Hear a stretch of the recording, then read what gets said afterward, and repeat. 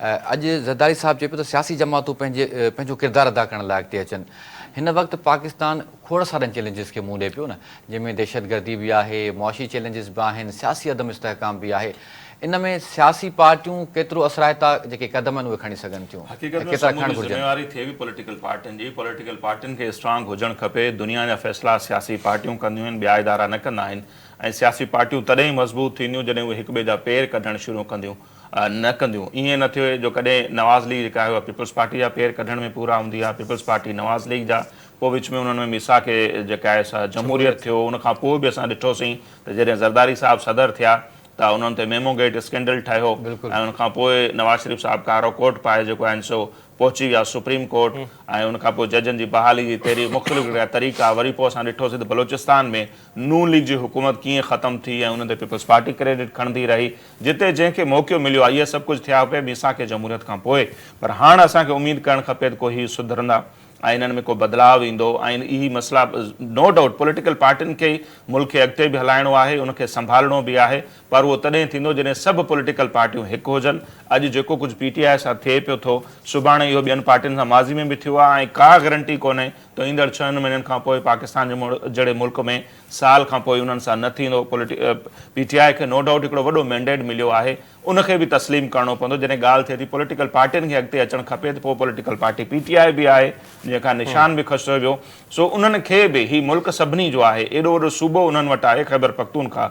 सो उन्हनि सभिनी खे गॾु खणी जेकॾहिं तव्हां हलंदा तॾहिं तव्हांजे मुल्क जा जेके आहिनि उहे मसइला मसाइल हल थींदा। ऐं जंहिं तरफ़ हीअ ॻाल्हि जो इशारो आहे त ज़ाहिर आहे ॿिया वाक़ई अचनि था, कुझु अरसे जे लाइ हलिया था वञनि। सियासी लीडरनि खे हमेशह हिते ई रहणो आहे, पॉलिटिकल पार्टियुनि खे, उन्हनि जे हमदर्दनि खे, सपोर्टर्स खे। सो उन्हनि खे सोचणु खपे त असीं पंहिंजे पाण सां छा पिया कयूं। किथे असां हिकिड़ी पार्टी खे कमज़ोर करण लाइ पंहिंजा कुल्हा था फराहम कयूं, सुभाणे असांखे कमज़ोर करण लाइ कोई ॿी पार्टी जेका असां कुल्हा इस्तेमालु ॾींदी पंहिंजा। ऐं इन्हनि 76 सालनि में असां ईअं ई ॾिठो आहे। असीं उमेदु कयूं था त इहे बयाननि जी हद ताईं न हूंदा, पर अमली तौर ते बि उन्हनि ते अमल थींदो।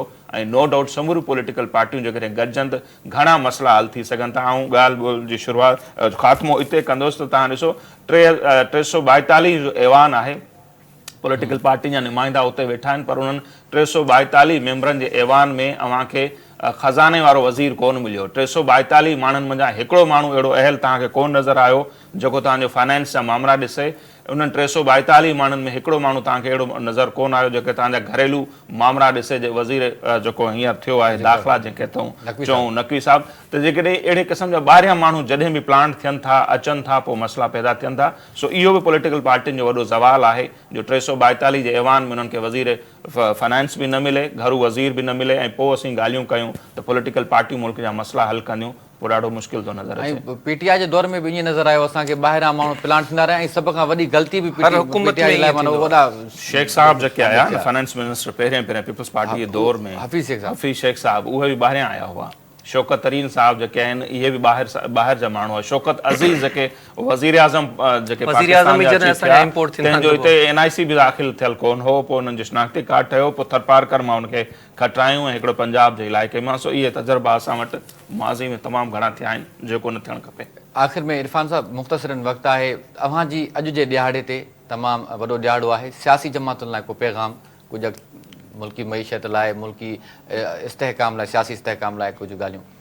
जॉन एलिया साहब चयो आहे तो एक ही हादसा तो है और वो ये कि बात नहीं कही गई, बात नहीं सुनी गई। सियासी जमायतूं चवनि त थियूं, मुंहिंजो ख़्याल आहे त हीउ जेको दोगलोपन आहे सियासी जमायतुनि में, जेकॾहिं उहो ख़तमु करे विझनि त पोइ असां घणी हद ताईं सुधरी सघूं था।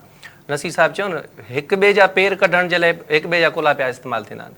अॼु छा पियो थिए, वरी 5-10 महीना पाण रिवर्स कयूं या 2-3 साल पोइ ते हलूं, छा थींदो रहियो आहे पाकिस्तान में सियासी जमायतुनि जो कहिड़ो रोल रहियो आहे। मुंहिंजो ख़्याल आहे त उहो सभिनी जे साम्हूं आहे। वरी घणो ॻाल्हाइण ई न थिए, मुनासिब बि न आहे। बस मुख़्तसर त पॉलिटिकल पार्टियूं जेकॾहिं नारो हणनि थियूं न, ताक़त कसर चश्मा आवाम, त पोइ करे आवाम खे ई उन्हनि खे भाड़णु खपे। आवाम जे आॾो हू जवाबदार आहिनि, आवाम खां हू वोट वठनि था। आवाम जे राय जा जेकॾहिं उन्हनि फ़ैसिला करणु शुरू कया ऐं उन्हनि खे लॻो त वाक़ई ताक़त माण्हुनि वटि आहे, ॿियनि वटि न आहे, त पोइ मुल्क जा मसइला हल थींदा। ठीकु आहे, वॾी महिरबानी अव्हांजी नसीर साहब, अव्हां वक़्तु ॾिनो। इरफान साहब, अव्हांजी वॾी महिरबानी।